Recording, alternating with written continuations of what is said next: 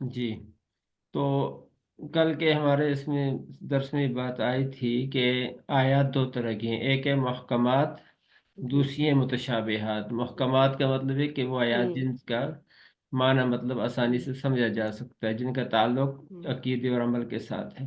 متشابہات وہ ہیں جن کا معنی ہوں ہر ایک کو معلوم نہیں ہو سکتا۔ دو قسم کی ہیں، ایک وہ جن کا معنی جو ہے ہوں معلوم نہیں ہے جیسے حروف مقطعات، دوسری وہ جن کا معنی معلوم ہے لیکن کیفیت معلوم نہیں ہے۔ تو اس لیے جو جن کی کیفیت معلوم نہیں ہے یا معنی معلوم نہیں، ان کے پیچھے نہیں پڑنا چاہیے۔ تو اگر فرمایا ان کے پیچھے وہ لوگ پڑھتے ہیں جن کے دلوں میں ٹیڑھا پن ہوں ہوتا ہے، جن کے دلوں میں کوئی کجی ہوتی ہے، ٹیڑھا پن ہوتا ہے، دلوں کے اندر بیماری ہوتی ہے، روگ ہوتا ہے، تو وہ ان آیات کے پیچھے پڑھتے ہیں۔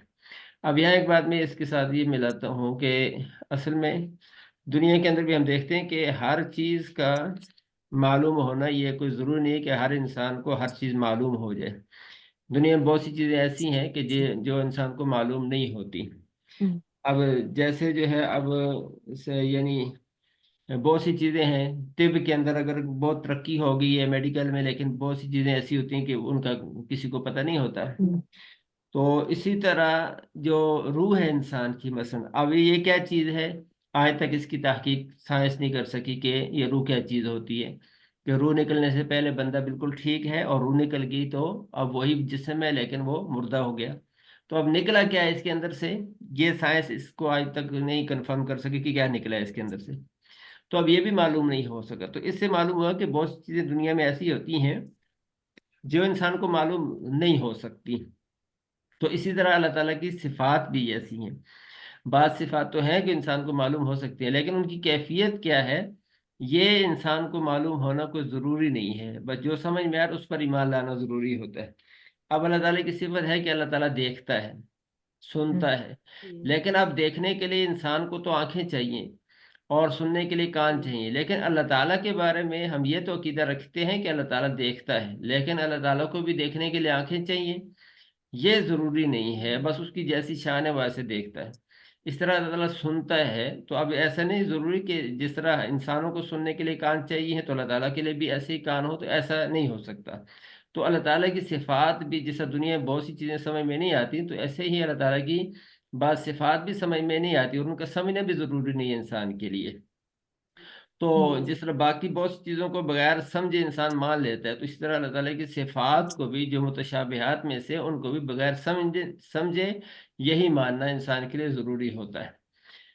تو اس سے یہ بھی معلوم ہوا کہ جو چیزیں غیر ضروری ہوتی ہیں انسان کو اس کے اندر نہیں پڑنا چاہیے، بلکہ جو چیزیں انسان کے لیے ضروری ہوں، جس کا تعلق انسان کے عقیدے سے، عمل سے، یا کسی دنیاوی فائدے سے ہو، کسی اخروی فائدے سے ہو، اس کے اندر آدمی کو اپنا وقت لگانا چاہیے۔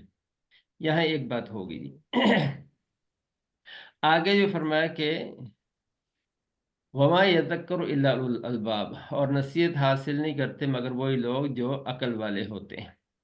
آگے اللہ تعالیٰ نے یہ جو یہاں فرمایا تھا نا کہ یہ جو متشابہ آیات ہیں ان کے پیچھے وہی لوگ ہوں پڑھتے ہیں جن کے دلوں میں ٹیڑھا پن ہوں ہوتا ہے، ہوں جن کے دلوں میں بیماری ہوتی۔ آگے اللہ تعالیٰ نے خود دعا سکھائی ہے کہ اللہ تعالیٰ سے تم نے مانگنا ہے کہ اللہ تعالیٰ تمہارے دلوں کے ٹیڑھا ہونے سے تمہاری حفاظت فرمائے۔ اس سے فرمایا ربنا لا تزغ قلوبنا، اے ہمارے رب، لا تزغ قلوبنا، مت نہ ٹیڑھا کیجئے ہمارے دلوں کو، بعد اذ ہوں ہدیتنا، بعد اس کے کہ آپ نے ہمیں ہدایت عطا فرما دی، وہب لنا من لدنک رحمہ، اور عطا کر ہمیں اپنی طرف سے خاص رحمت، انک انت الوہاب، بے شک اے اللہ تو، بے شک تو ہی بہت زیادہ عطا کرنے والا ہے، وہاب بہت زیادہ عطا کرنے والا ہے۔ یہ اللہ تعالیٰ نے دعا سکھا دی کہ اللہ تعالیٰ سے تم نے یعنی ٹیڑھے، اب دل کے ٹیڑھا ہونے سے بچنے کے لیے اپنے پروردگار سے تم نے دعا مانگتے رہنا ہے۔ یعنی یہ پختہ کار جو لوگ ہیں نا علم میں، وہ بھی ہر وقت ہوں یہ انہی کی صفت بیان ہوئی ہے۔ آگے فرمایا نا وما یذکر الا اولو الالباب، اولو الالباب جو ہیں عقل والے، علم والے، وہ وہاب لوگ کا کیا بھی مطلب بتایا آپ نے؟ وہاب کا مطلب کیا بتایا؟ بہت وہاب کا زیادہ عطا کرنے والا۔ اچھا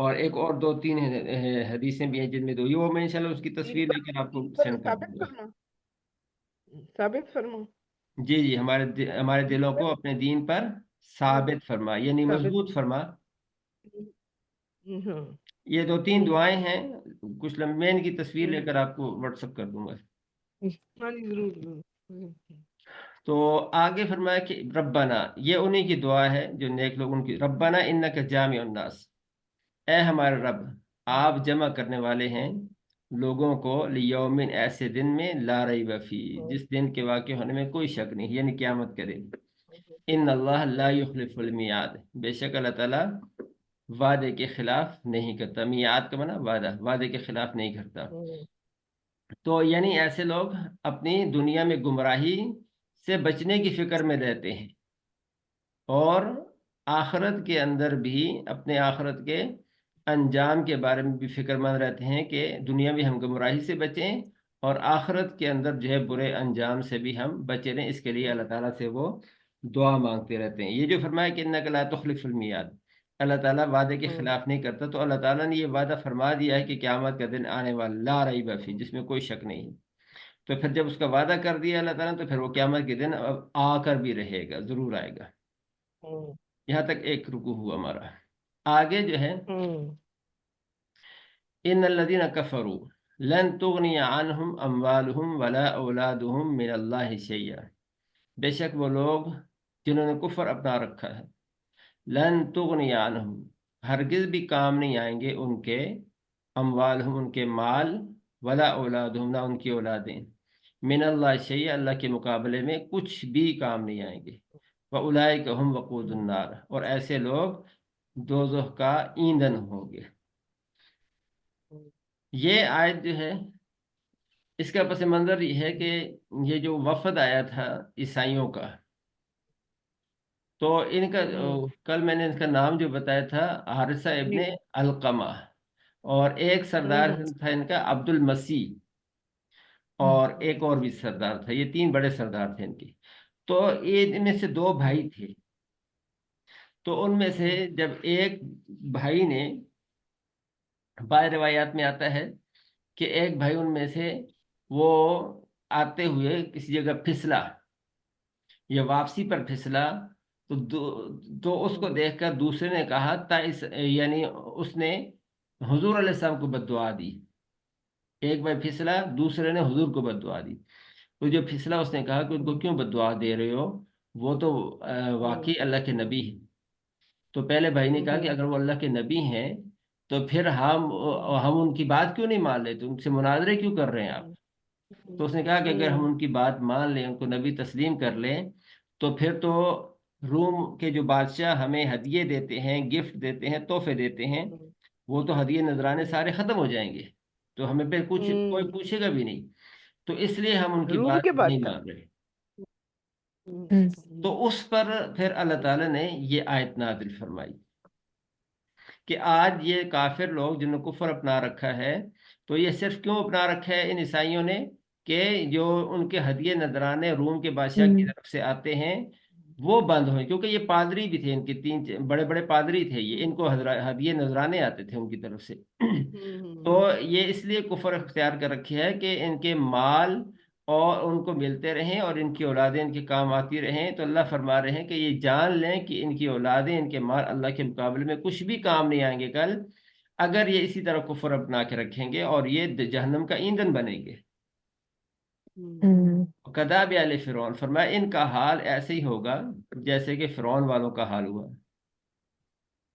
ان کی حالت ایسی ہوگی جیسے فرعون کی ہے. والذین من قبلہم، اور ان لوگوں کی جو ان سے پہلے ہوئے ہیں. فرعون جو کہ وقت کا بادشاہ تھا، اور بادشاہ بھی عام بادشاہ نہیں تھا بلکہ وہ تو خدائی کا دعوے دار تھا. تو اس نے بھی جب ایمان کا راستہ اختیار نہیں کیا، موسیٰ علیہ السلام کی بات نہیں مانی، تو وہ اس کی بادشاہت جو تھی وہ اس کے کچھ بھی کام نہیں آئی. اور اسی طرح اس سے پہلے جو قومیں گزری ہیں، بڑے بڑے لوگ، قوم عاد، قوم سمود، بڑے بڑے قد والے، بڑی بڑی طاقت والے، تو ان کی طاقت جسمانی ان کے کوئی کام نہیں آئی. کذبوا بآیاتنا، انہوں نے ہماری آیات کو جھٹلایا تھا. فأخذهم اللہ بذنوبہم، تو اللہ نے ان کو پکڑا تھا ان کے گناہوں کی وجہ سے.